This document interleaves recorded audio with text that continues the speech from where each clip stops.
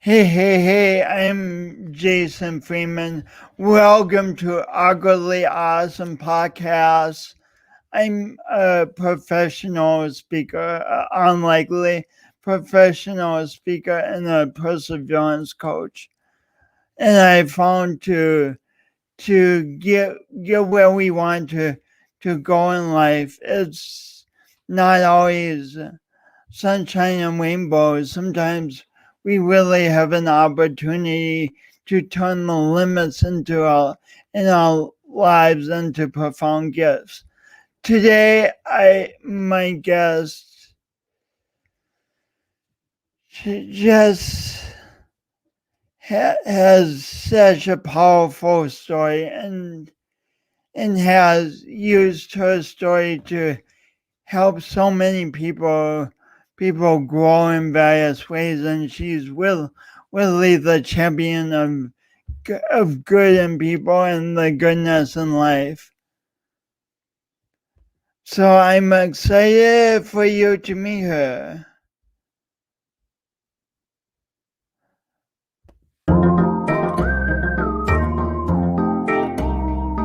Today's guest, Sara Crosby. Let me tell you about Sara. Sara received her B.F.A from Stevens College in theater in 1976 and enjoyed a bad acting career based out of New York City. Her roles brought her to Off-Broadway television and film as well as regional theaters. Sounds amazing. In 1984, Sara left New York City for Chicago, where she began the graduate social work program at Loyola University of Chicago. Since graduating in 1986, Sara has worked as a psychotherapist with individuals, couples, and groups, and has given many workshops, webinars, and speaking engagements on several issues, including women's issues, social justice, and suicide prevention, to name a few. In 2001, Sara co-founded the award-winning Dakota Academy of Performing Arts, DAPA.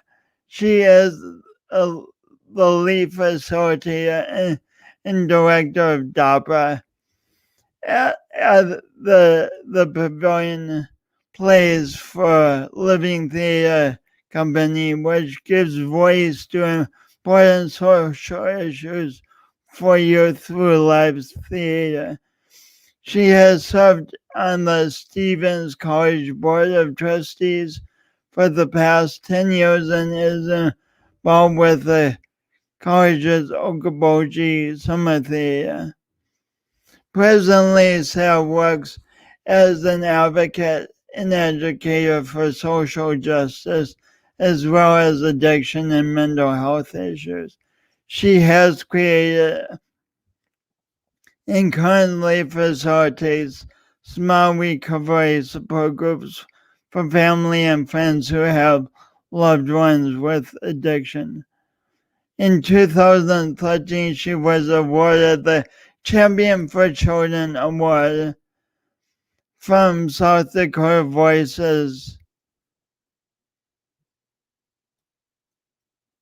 for Children and was a recipient of the inaugural Super Stage Award of Excellence. 2020 for her years of advocating for the arts. Sara is a licensed clinical social worker and lives in Sioux Falls, South Dakota with her husband, 36 years Daniel, and their dog Oliver. They have 3 grown children. Please welcome Sara. Hi. Hi. Sara, thanks so much. I've been excited to have you on the show. Thank you for having me. I'm quite honored, Jason, to be able to spend some time talking with you. Where are you? Where are you presently? I don't think you're in Sioux Falls. No. Actually, I know you're not. It's kind of a leading question, but I'm in Onset Beach, Massachusetts, which is at the very tip of the beginning of Cape Cod in Massachusetts. So I was languishing a little bit due to COVID, hanging out at home, and just needed a change of scenery. So I took my dog and jumped in my car and came down here, or up here, over here. I'm not sure, but I'm here. so Oliver is there, huh? Oliver is here. He's actually under the table here, sleeping by my feet. What kind of dog is he? He is an Australian cobber dog, Cobber. It means buddy or pal in Australian, and they're bred just to be companions, and he is the best companion anyone could ask for. So he's doing his job. Sweet. Jane Nutter Johnson said I was granted a master's in 75. Good school. Oh, yay, Jane. Thank you. Yes, I loved it. It was great. There weren't very many clinical programs back then. And I'm assuming is she mean Loyola or Stevens College? I'm not sure which, but yeah, I'm not sure. Stevens is fabulous. So yeah, it's always nice to meet another Stevens woman. That's for sure. So we have so much to get into. Yeah. But first, tell me how your amazing book, The Deep Dive, how did you create it? The Deep Dive. That's a really good question. I think I'm a lifelong seeker of authenticity and have worked on that probably most of my life. And I went through a transition or fell into a vortex of what the hell when I had received a message on Facebook from somebody that I had known a long time ago, and like a long time ago. And what it did was it triggered in me all these memories and the realization that I had grown quite complacent in my very lovely, easy life in Sioux Falls, South Dakota, where, stress is if you have to wait, more than one light cycle through through the light. People complain about the traffic. I'm like, okay, no, I don't think so. But anyway, so it kind of knocked me for a loop. And I started, my kids are grown, we're empty nesters. And I started really looking at what I want to do with the rest of my life and where I was headed and the choices that I wanted to make separate from what I'd always done to not feel abandoned, or at least to have attachment with people, and how we give up our authenticity at a very young age in order to feel attached, because we can't really live without either of those things, but we definitely cannot live as an infant without attachment. So I went into a kind of a very deep dive. And it was like, I had done a lot of work on myself over the years. And I think that there was this one little piece of all of those issues and trauma and issues of abandonment and attachment and who am I, what does this mean the last quarter of my life? And I worked through that by writing poems. And then after about 18 months, I, felt so much better, and I had released a lot of stuff, and I realized I had a whole collection that followed my progress through this deep dive. And then I decided that It was very personal and very vulnerable, but I thought it was worth sharing because I think a lot of us go through these same things, but we just sort of endure. We don't really think how or why or how to work through them. So that's the long answer of how this book came to be. So would you just give us a quick example, like a typical example of how a child might give up the authenticity to maintain attachment, just so we kind of get on the same page with the concept? Right. I think what happens pre-verbally oftentimes is, we're born and infants, we're all very sensitive to what's around us. And the most important thing is that attachment that we're fed and held and all of those things. And we sense very early on what we need to be in order to be taken care of. And I think that when you talk about trauma, in terms of those things, trauma is so differently defined for each person, because something that might have traumatized me might not traumatize you. So that's really, it's in the eye of the beholder. It's your perspective on what's going on. But when you're a newborn and you say you cry and no one comes, even though somebody just is busy, like they're not meaning to be mean or to abandon you or any of that. They're just like, it takes them a while to get to you. Or say, like my mother had a pretty serious depression after I was born. And so there was an emotional detachment that an infant, depending on how sensitively they're wired, senses. And that can create a desperate need and an abandonment issue that can come up, because when an infant cries because they need something, for them, it's a matter of life and death, because they don't know that mom or dad is right out the door. They can't hold that image in their head yet, developmentally. So we very quickly give up ourselves, like who we are and what we need. We learn very quickly what mom and dad need us to be, and pick up on that, and then become whatever it is we need to be in order to attach, or to have that attachment. And then that will continue on as we grow older. And it's pre-verbal. I don't think a lot of us really, obviously we don't remember it. And that sort of thing. So yeah, that's basically what I mean by that.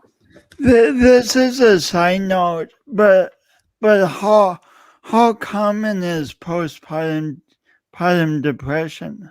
I don't have the statistics on that, so I wouldn't even take a gander. I think that it's more common than people realize, and I think a lot of women, they just have to keep going, and don't. I know that I had twins, and we had been on bed rest for 10 weeks, and I was very depressed, and I never said anything to anyone, because I had to go back to work. I had to take care and keep these babies alive, and you had what? You suddenly had you had work, and you suddenly had two babies, and you were depressed. Yeah.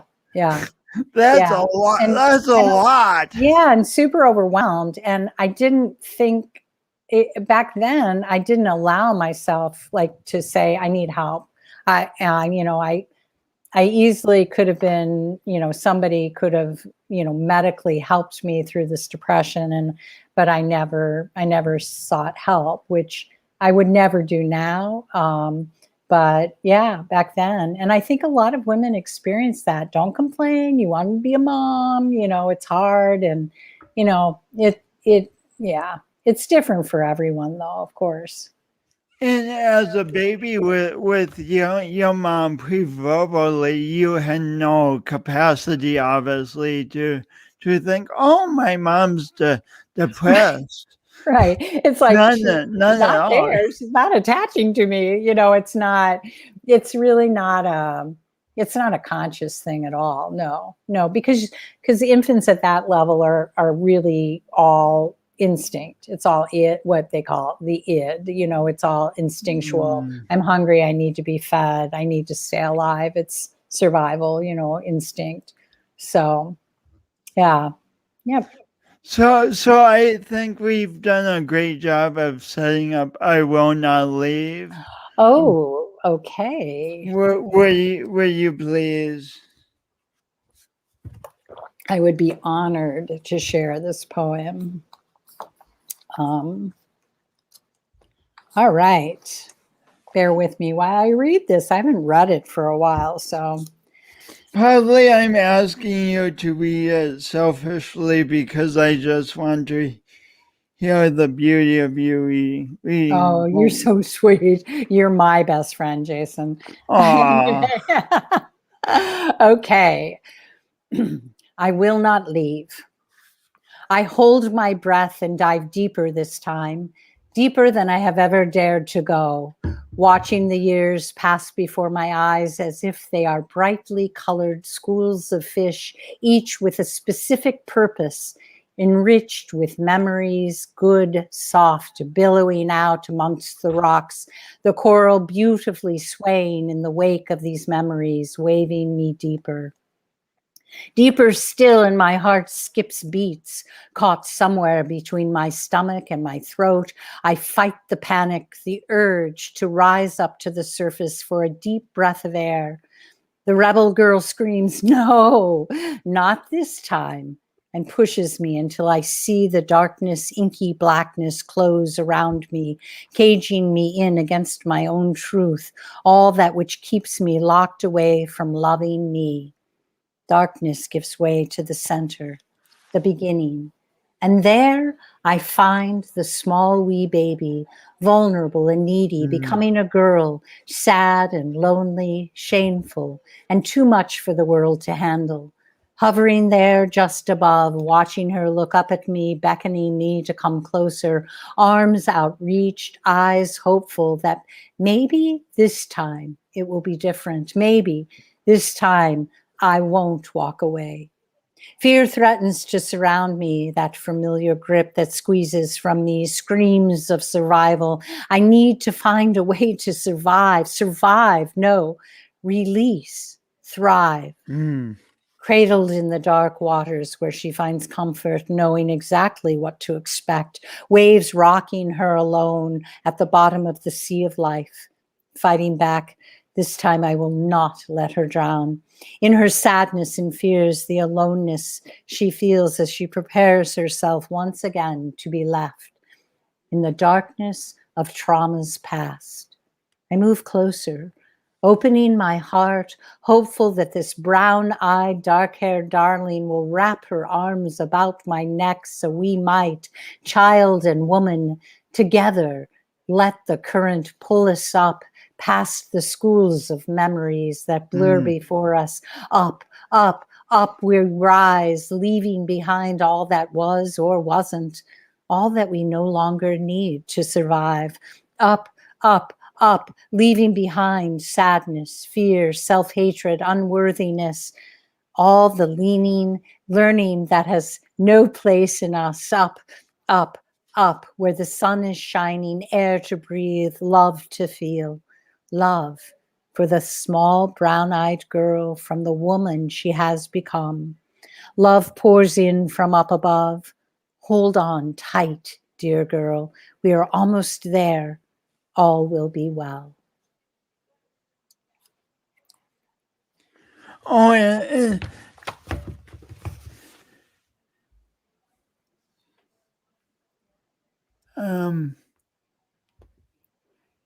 no, oops. Technical Sorry. difficulties. And then there's a few words on did you read the last page? Oh, did I not? Oh, I thought I did. Maybe not. There's a few more lines on page 49. Oh That's dear. Oh my beautiful. gosh, my mistake. Sorry. So, oh yes, I'm so sorry. I No, don't know. it's I just thought, beautiful. oh, So yeah. I want to. Okay, let me read the whole last stanza again then. Love for the small brown-eyed girl from the woman she has become. Love pours in from up above. Hold on tight, dear girl. We are almost there. All will be well. This time I will not leave. All will be well. You're quite right. The best was at the last, and I missed it. Sorry. This poem is so profound. As you say, the dark in the darkness of trauma's past. So often, it seems like we humans try to just stuff down the trauma, try to forget the trauma and move on. Mhm. What's the difference between that stuffing down energy and this goal and the woman you are rising to the top? Yeah, that's a really good question. Oh, you're asking me really hard questions.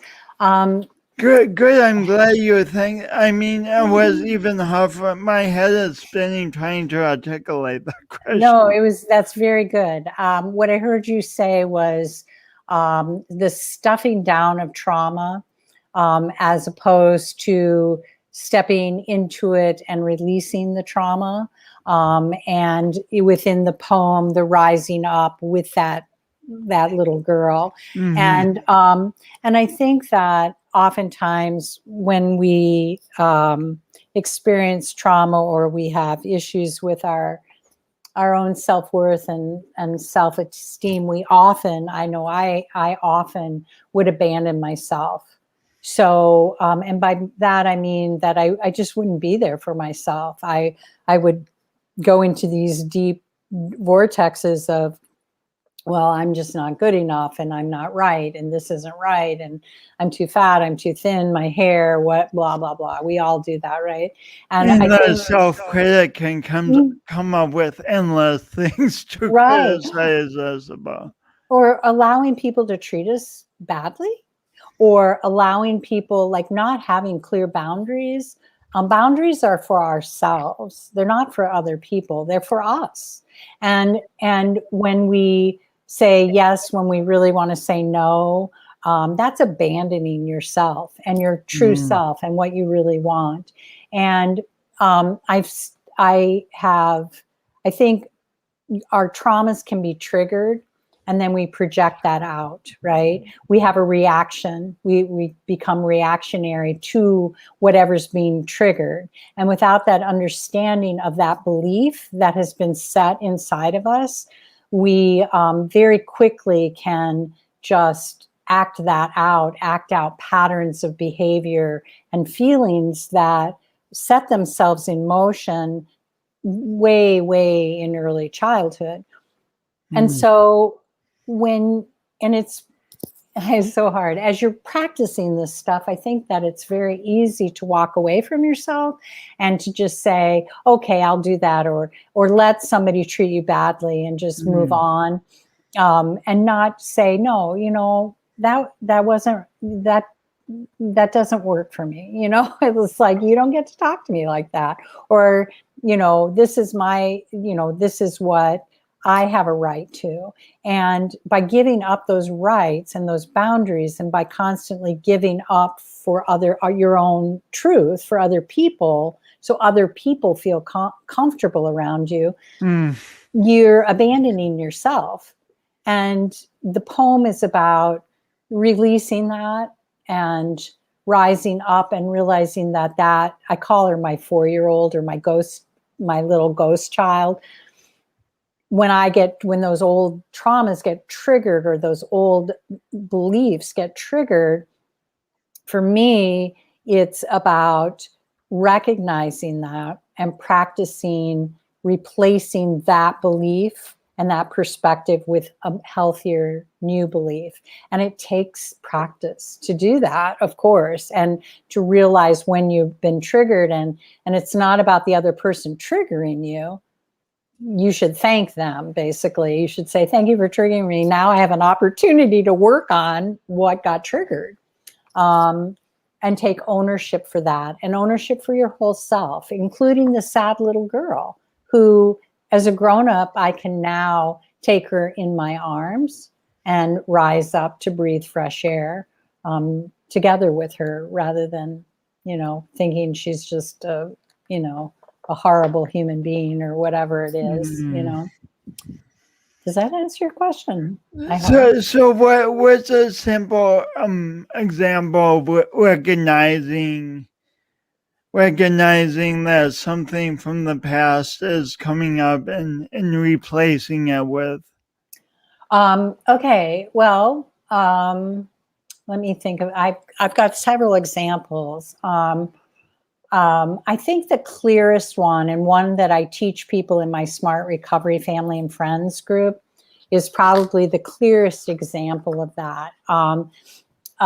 When my son, I have a son who is in recovery from heroin addiction, and I call it Mommy Pet. Congratulations on him being in recovery. Yeah, I'm really proud of him. Speaking of deep dives, I know how hard he is working and on his own trauma and sobriety, and he's very committed to it. I'm very proud of him.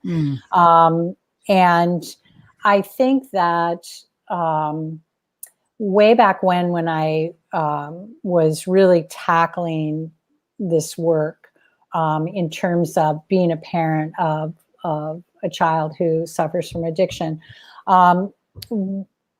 everything, I was very reactionary toward his behavior and his life, his addiction. And so my belief was still much as it was when he and his twin brother were infants, that my job is to keep him alive.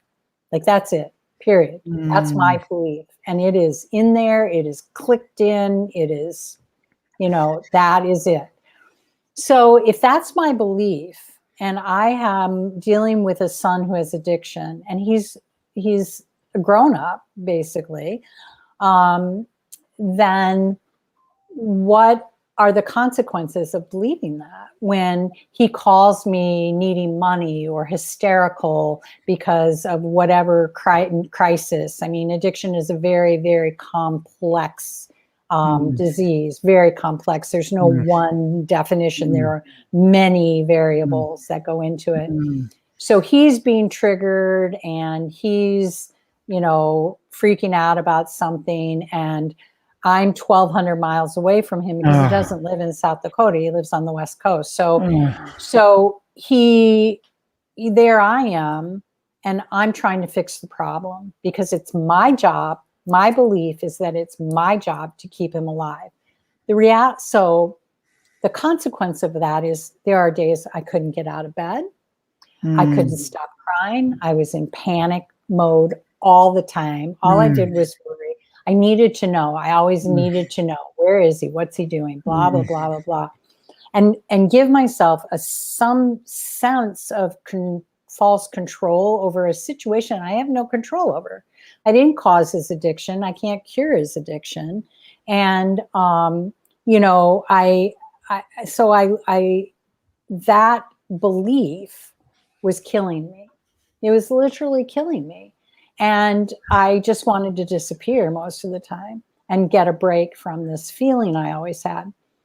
So when you replace that belief then with, you know what, he's an adult, he has his own life, I have no control over this, and you accept, it's like, some, true acceptance.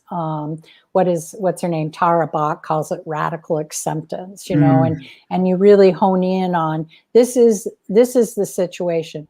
I don't have addiction. This is not my life, and I can't keep him alive. I don't want to bury him. I really don't. I don't want to be burying my own child. No. But at the same time, that burden, that belief of keeping him alive was unrealistic. And so I practiced when those feelings would come up, get triggered, I would practice, remember, you can't believe that anymore. You can't keep him alive. This is the way it is. And you practice that and practice that every time. And you recognize those triggers and you recognize those emotions and you breathe into it and you just, and it's not like you do it perfectly. I mean, it's taken me years and years and years to get to a place where I feel like I have released my own children in order for them to live freely their own lives. I love them. I have great compassion for the growing pains that come with young adulthood and addiction and all the other things that the other two are doing. But I can have compassion and I can love people deeply without feeling a need to control them or to have, I call it the hula hoop. And like, it's like, so we all have a hula hoop around us. And what's in my hula hoop are the things I can control that are in my control. And that's basically the actions and reactions that I choose to the things that come at me. And I get to pause, as Viktor Frankl said, there's that place in between where you pause and you actually make a choice as to how you're going to act and react to the stimuli that comes at you. And so that's what I've practiced, and because that's what I have control over. So that's what's in my hula hoop, and that's what's in your hula hoop. So if my son or somebody calls me and they're being like, dumping on me, I have a choice. Do I want to take ownership of what they should be taking ownership for, i.e. my son's addiction? I don't own that. And if that gets in my hula hoop, I practice taking that out and handing it back to the person that gave it to me with love and consciousness intact. Like, I love you, but this is not mine. This is yours. You need to deal with it. And I'll tell you that practicing that constantly every day, every minute of every day has changed my life. I mean, I feel like I have potential for joy again, which I didn't. And many people who have loved ones who have addiction have lost that sense of joy. So this is important. It's not like something you just practice once a day. How many times a day do you practice this? Oh, I don't know consciously. I have no idea. I do it unconsciously now, pretty much. Whenever something triggers me, I don't get triggered that often by people or my son or. But if you get that, you first realize these skills, how often do you have to practice? Oh, all the time. Every time something triggered, I would, and if I didn't catch that it got triggered, I could backtrack, later and say, okay, what happened there? Like backtrack the feeling and why I had that feeling and where that feeling came from. And then if I needed to apologize to somebody, then I'd do it. I'm sorry, I got triggered. And that happened with Cam. When the COVID vaccines came out, this is very typical. I was so concerned that he wouldn't get a COVID shot, right? And I don't know why this got stuck in my craw. Well, I do, but anyway. So I texted him. I said, you can get. It was when it was hard to get them, and I told him how he could get one, and then I realized I'm micromanaging this grown man, and he really, it's up to him to get a COVID shot. It really has nothing to do with me. And that's a perfect example of, I need to have control over this and fix this issue.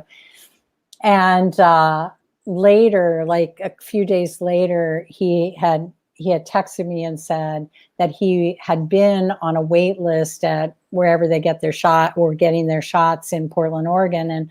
And like when he came up in the line, they would call him. And I texted back and I said, I know, I apologize. I really like stepped on your boundary. I was really acting out. And he goes, oh, I'm glad you realized that. So he's got, he's learning to form like very, healthy boundaries that I need take care of to his respect. hula hoop.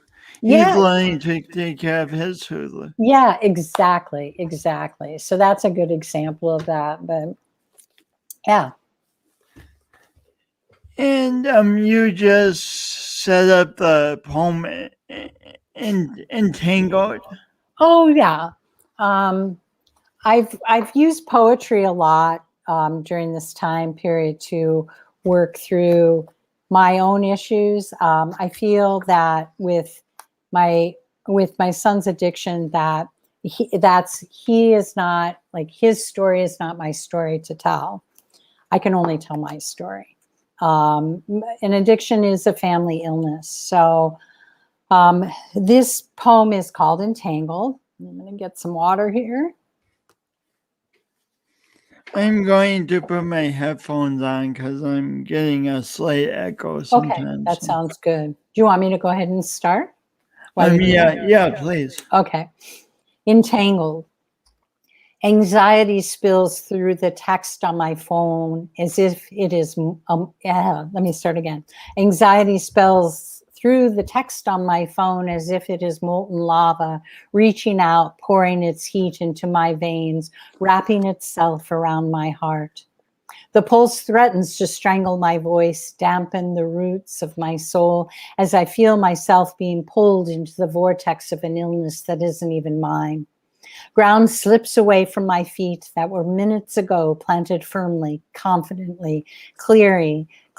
Familiar fear turned to anger and resentment threatens to envelop me in its fist. Somehow I wish I could vomit up the scream and the sorrow that were planted deep inside me years ago. I am weary for a different life, a break from everyone else's lives and hurts and worries and concerns. A place of solace where there is no reason to think, to dig around in the pain and the figuring out why we are what we are, how we communicate, feel better, leaving the anxiety, fear, sadness, shattered dreams behind for someone else to deal with. Believing we are all doing the best we can in this moment in time, but somehow it doesn't feel good enough, and I have plumb run out of compassion and kindness. I have no more to give. Grow up, I want to scream until I am hoarse.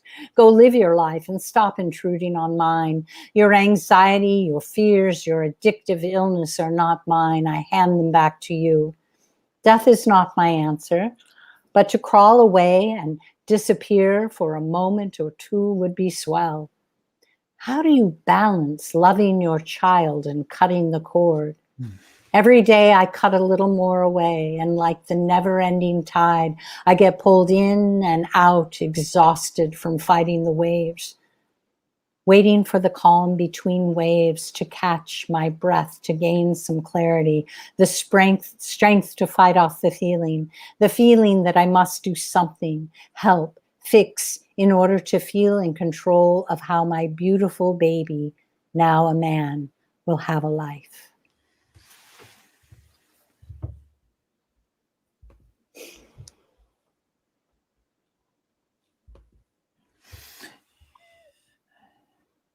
In order to feel in control of how my beautiful baby, now a man, will have a life. Wow. Yeah. Wow. It's profoundly exhausting and heartbreaking. There's so much grief that goes into having a child with addiction.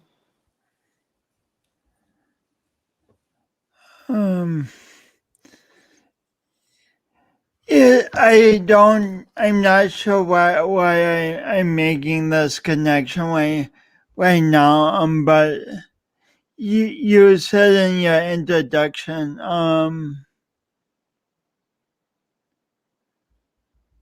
it would help if I could find it.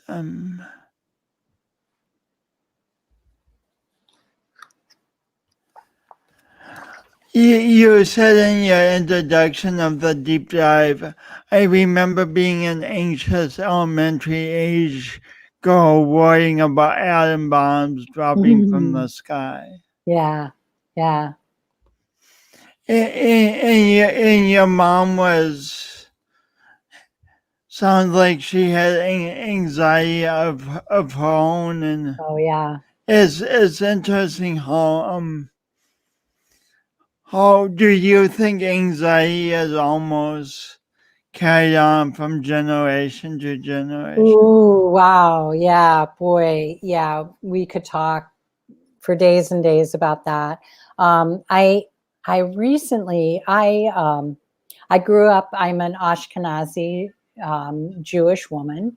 Both my parents were Ashkenazi Jewish people as well. My mother's side of the family were my mom's was first generation American. Her parents were both refugees from Eastern Europe. Oh wow! And I have been doing a lot of work around generational trauma because I have my whole life carried a lot of it with me. I think at some point that trauma becomes gets on a genetic level, and so it's passed down genetically. So when you look at different forms of anxiety that are inherited, and then there's a whole environmental level on it. So my grandparents, who were from Eastern Europe, were incredibly anxious human beings. My grandfather was very he was very external about his anxiety, and there's a certain kind of reaction to anxiety that my family has. I shouldn't say, but my brothers are my one brother is the same way, that there's a sort of a sarcastic edginess when somebody's anxious. People get mean because they get very irritable. And my grandpa was like that. My mom, because of that trauma, and that was passed down to them, my grandparents, that manifested itself in very low self-worth. And when you're Jewish, there's an internalized anti-Semitism that, just like any other, group of people who have suffered genocide, Native Americans, people of color, experience generational trauma on a really deep, deep level. And when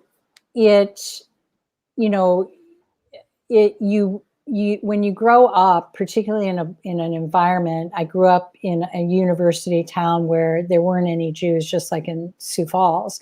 And so I grew up in the 50s and 60s, and I have relatives that were killed in the Holocaust and refugee relatives who came over before the Holocaust. And so you get a sense, this internalized sense of anti-Semitism, like, you're supposed to hate Jewish people because that's where it's everywhere, and the Holocaust, and you're looking over your shoulder, and it's so hard to explain. I'm not doing a very good job, but so for me, in this period of my life, have been doing a lot more work, and in terms of releasing that, so perhaps as my children grow older, they won't have to live that trauma as well. My dad's side of the family were German Jews, and there's lots of OCD in that side of the family, and major depression, or not depression, anxiety. And there's depression too. It kind of goes with it, but And so I have a brother with OCD, and Cameron's, his drug issues stem from trauma and anxiety, issues around anxiety, and he has OCD. I mean, so is that genetic, or is that, and that is, I think that's generational trauma. And this is just me talking. I believe that's generational trauma on a genetic level that's now become part of the genetics of my family, of the family. So, and then there are environmental issues. So my grandpa's self-hatred for being an exiled Jew from Russia got projected onto my mom. So because my mom is his child and he doesn't like himself, then his child is not good enough either. And my mom then passed that down to us. So my mom's low self-esteem and self-hatred became mine. And so it was really important to me to be able to release a lot of that before I had kids. Did I do a great job? Maybe not. Maybe, I don't know. But we're all human, right? And you do the best you can. But it's a long process. What Go ahead. what's it like to actively go through this process of releasing, of noticing and releasing and noticing, and knowing that it will make life easier for Right. your kids and your and future generations. Well, I think a lot of that is again, back to that cognitive behavioral therapy issue of changing your belief system. Like, I'm the same person, whether I look in the mirror in the morning and say, oh my God, you're just a horrible human being. I don't like you. I'm going to vomit all over you. Or if I say, hey, you're doing great. Just keep doing it. Take care of yourself, love yourself, not in a intensely narcissistic, I'm better than anyone else way, but like, I have to live the rest of my life with me. I don't live the rest of my life with my grandpa or my mom or my kids or my husband or my friends like you. I live with me. And so it behooves me to change that belief and make a different decision about who I am and how I view myself. Instead of carrying my grandma's sorrow, she had a very hard life. And I carried that with me for so many years, and my mom's sorrow with me for so many years. And to realize that this doesn't even belong to me. This sadness I feel, this anxiety I feel, isn't mine. And once you realize that and you begin to release it, and it's hard to, I think a lot of it is just realizing that there are things that obviously upset us, but that sort of existential free floating anxiety isn't mine. Like, it doesn't belong to me. It belongs So to my ancestors. you've been realizing that a lot that's been in your hula hoop actually is not yours. Yes, exactly. And I gave up my authenticity in order to take that on from my own mother, who took it on from her mother, who took it on from her mother, and back it goes. And that sorrow, and there's a trauma of the abuse and the genocide that you inherit that isn't yours. I mean, it's there with you, and you can, and that's what I mean by taking it out of my hula hoop and handing it back to the sender with love and consciousness intact. My mom is obviously deceased, but even in thought, like, this doesn't belong to me. I'm sorry you felt this way as a child, but it isn't my life. That isn't my life. And I'm not going to take that on anymore. And in doing so, hoping then that my own children can release that trauma as well. and it won't be passed down as much anymore. Like it'll get watered down a little bit, maybe. Oh, that's my hope. But so. Wow, that's goosebumpy that you doing work to alter how you relate to the energy around you can have an effect on your children and on future generations. Yeah, absolutely. It was really interesting because I have, throughout my work in social justice, have gone to the White Privilege Conference, which is a huge conference given by Eddie Moore, and it's a traveling conference, so it's in a different city every year. This year, it was online, of course, like everything else. And right, like, are we zoomed out yet? Anyway, so this was the first, because I always feel at the White Privilege Conference that the Ashkenazi Jews are sort of marginalized at this conference because you've got,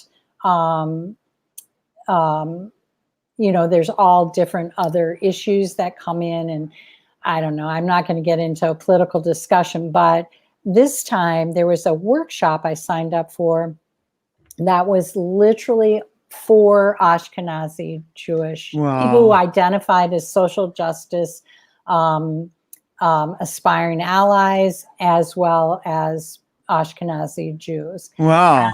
Yeah, never have I had that opportunity before. It was profound. Wow. And to be in this room, this Zoom room, with 45 other people who felt exactly the way I did, because, as a white Jewish educated woman, I have many privileges, and I'm very aware of them, and that intersectionality of where you have less privilege with your privilege, and doing work in social justice as a white Jewish woman, I have experienced all this marginalization like other people, but I can walk out my front door and no one knows I'm Jewish. Whereas my brothers and sisters of color are always, it's visible. Their differences are visible in terms of their race, skin color, ethnicity, what have you. And so it's hard because my people are people of genocide who have survived genocide as well, but I have so much more privilege because I'm white. So how do you balance that, and how do you do the work, and how do you find yourself being validated or heard, or having a real place at the table, sort of thing?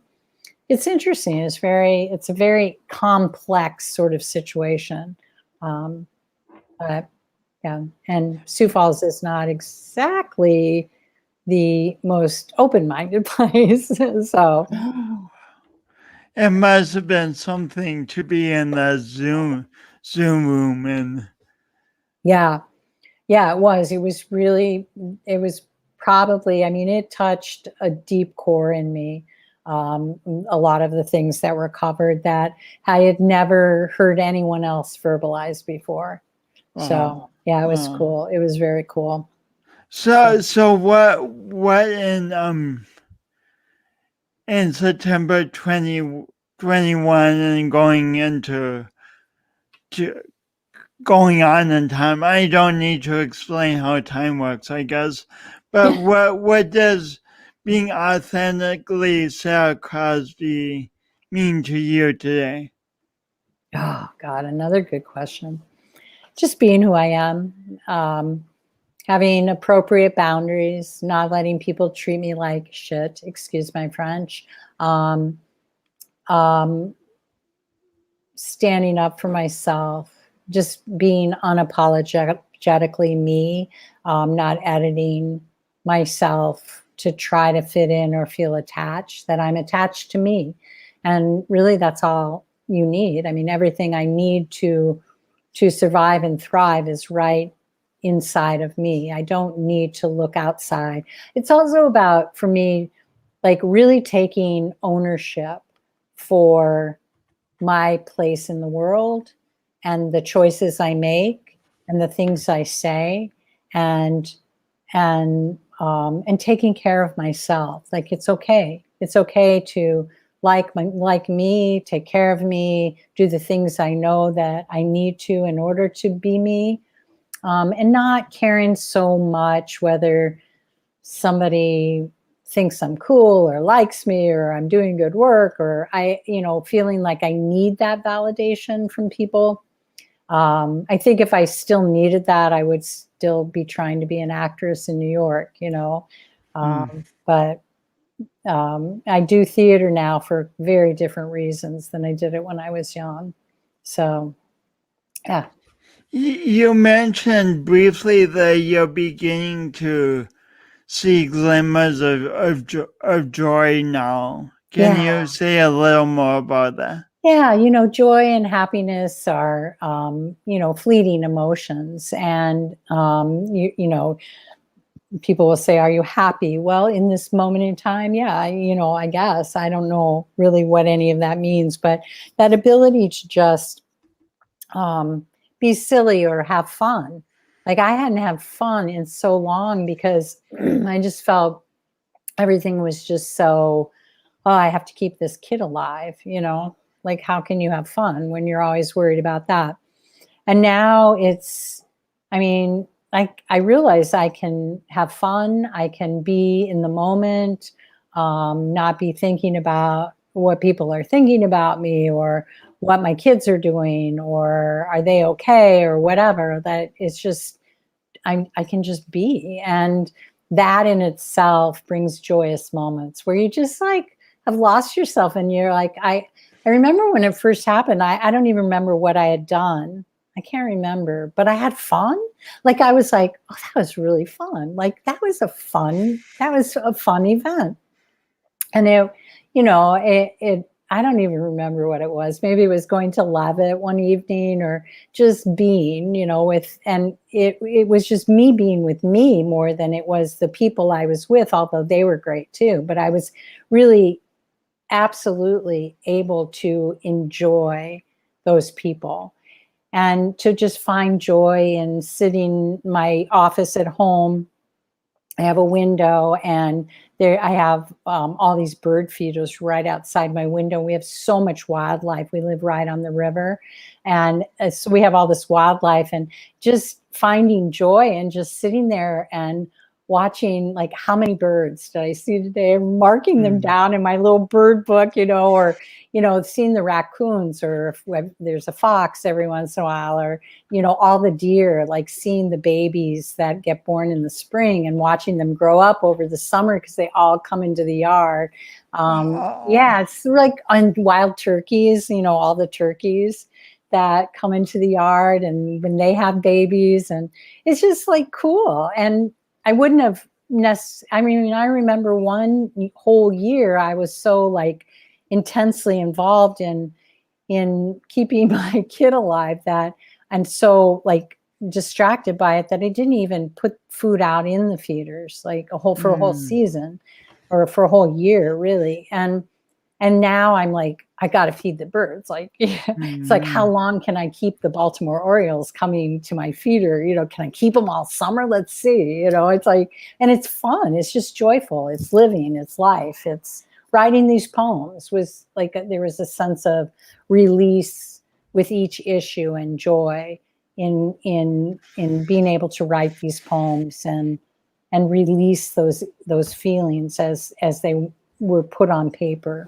So. Oh wow! Yay! Yeah. Just to clarify, Sarah's talking about all these wild animals, and she lives in a town of nearly 200,000 people. It's amazing. Isn't that cool? Like, where else? Like, where else are you going to have like a herd of deer? I mean, I've given up. Like this summer, last summer they didn't, but this summer they ate all of my lilies, like before they could even bloom. So I like have no lilies, and I'm like, I don't even care because they need to eat too. And nice, flowers are flowers. And, nice. you know, so it's like, I'm not even picky about that anymore. So, yeah. So last question, which I ask all my guests. Oh, okay. So I talk in my speaking in my business about the power of doing our imperfect best. Yeah. And what that means to me is that I see the best that I can create, and I go towards it. But as imperfections come up, I learn from them and use them to move forward instead of using them to stop. Mm-hmm. What does doing your imperfect best mean to you, Sara Crosby? Oh, like what you just said. It's like, I am human and I accept that. I have acceptance around my imperfections and have learned not to apologize for them. And my best is whatever I've done in any given moment. I mean, I'm always trying to do my best. And if I could do better, I would have done better. You know, it's like I'm not lazy. And so whatever I'm doing from, you know, I just really believe that my best is whatever I've done in that given moment. Could I do better? Well, yeah, of course, we all could always do better, but maybe not in that given moment, you know? And so, yeah. And so, and yeah, am I imperfect? I'm human. Yeah. So obviously I'm imperfect, and perfection, first of all, is it doesn't exist. And imperfection tells you that you're human, and the feelings that come up with your imperfection are there for a reason, and they remind us that we are human, and that it's okay to just be human, like, and have those feelings. You asked me a while ago about, you know, repressing those feelings, and I think that feelings are just feelings. Feelings don't kill people. Actions kill people. And so, oh wow, feelings don't kill people, actions kill people. Oh wow. And having the strength, to understand that you, of course, you're imperfect because you're human, and that those feelings are what remind you that you're human, and that's a beautiful thing. And that you can sit there and feel what you feel and be okay.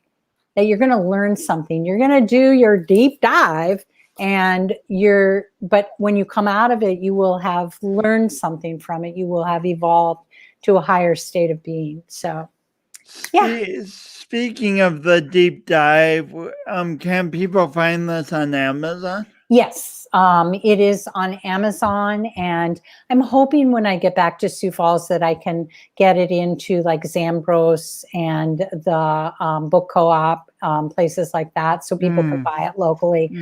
Because I imagine people buy it locally, you know, being able to buy things locally. I'm not like a huge fan of, like, you know, feeding the big box stores, but for now it is available on Amazon. So nice. Congratulations on your beautiful book. And thank you. And thank you for all the wonderful work we do. We didn't even cover the wonderful work you do. We didn't even cover a lot of it. But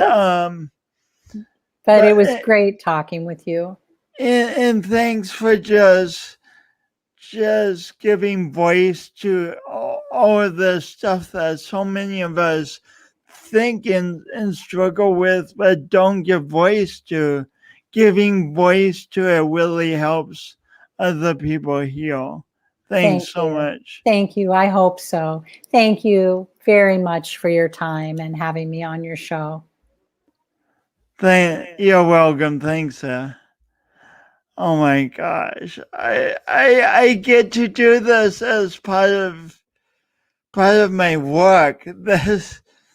And I mean, wow, have these fascinating conversations. I mean, another guest and we could just talk for hours and hours. I learned so much and hope you did too. Thank you for your time and tuning in. If you have any more comments, of course, comment. And thanks for being you. Until next week. I don't know why I did that. Until next week. I have to work on that. Bye.